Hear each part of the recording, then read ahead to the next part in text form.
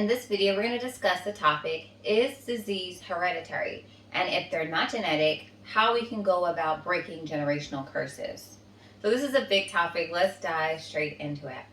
So it's my belief and the belief of many others that most diseases, the majority of the time, are not genetic unless it can be traced to a specific gene. So in most cases, I think it's much more of nurture versus nature. So let me explain that a little bit further. The reason why children get the same diseases as adults is that, they grow up in the same house, they use the same products, they eat the same foods, and so once they transition out of the home and create their family, they go about doing the same things that their parents did the same way in which they did. And so you have all of these different things that can cause disease that have been transferred from the adult to the child.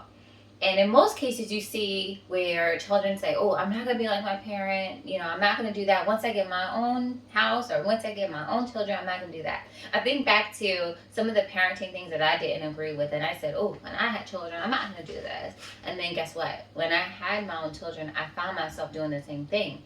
And the reason why is because actions speak so much louder than words, right? So I said these things, but did I proactively do anything to make sure I wouldn't do that? So did I look through parenting books or magazines or articles and research why we do this one thing and then how not to do it? That's not something that I did. I just said I wasn't going to do it, and then I started parenting, and because I didn't know any other alternatives, I didn't know how to manage, or I didn't know how to react when they did XYZ, and so I just did the same thing of what I knew. I just did the same thing that my mother knew, even when I said I wouldn't. And so we find ourselves saying, oh, I'm not going to have this illness. And then next thing you know, you show up with the same illness because you didn't change the habits. So lots of the disease is caused by food. Our body needs the food for fuel, for nutrients. It's basically lined or intertwined with our own survival. And so it's really one of the main ways in which we can kill ourselves. If we are not eating right to live, then what are we doing, right? As I said, it's much more of nurture versus nature. And so we don't have to succumb to the same illnesses. One of the important factors is to note that not only do we get raised the same way or with the ideals and things of our parents, even though the disease is not genetic, we may have certain predispositions to certain illnesses with the way that our body is shaped, our body type, or, the things that we get from our parents, the negative and the pros, can lead to us having predispositions to other things as well. I talk about in my book, Herbal Holistic Healing, I finally talk about the fact that I was born at 30 weeks. And I had a bad relationship with my liver from the very beginning. I had jaundice. I had a whole host of issues that I feel still, is a main factor of why I've always been so in touch with food and everything, because I feel any little change in my body is not having it. My body lets me know that it's in control. So if I don't do what I'm supposed to do, then it's going to be negative for me. And so I've always had to watch what I was eating and do the right thing.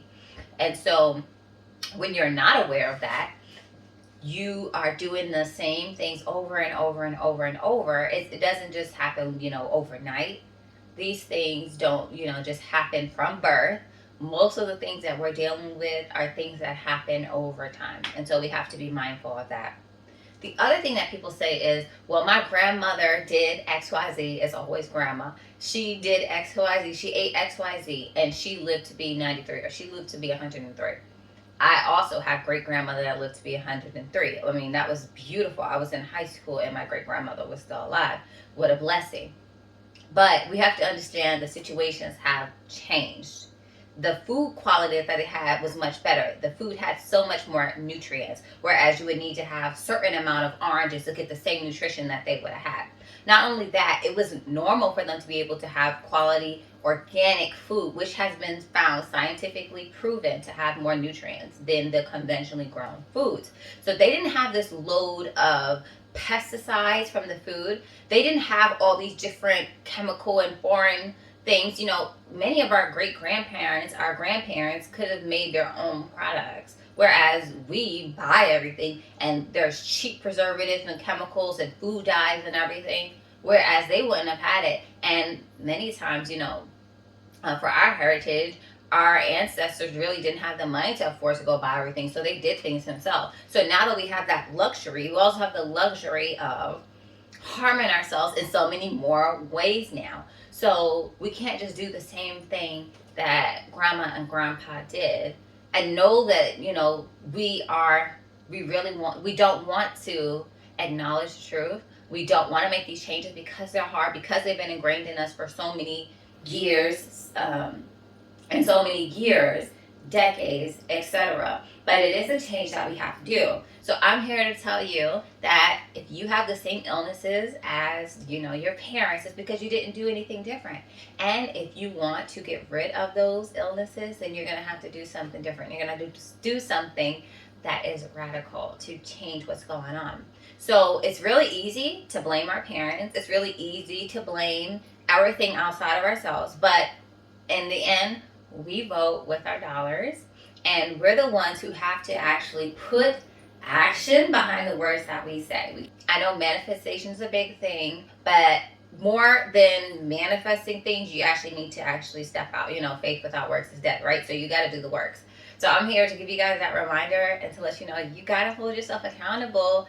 It's your health, it's your body, and so you play the biggest role and you are the biggest factor. Unless you're still at home and you can't make your own choices, it is on you, right? So that's all I wanted to share. Just a little food for thought today. I hope you enjoyed the video. If you do, make sure you check out my beginner herbalist playlist where you can find all kinds of content that will resonate with you.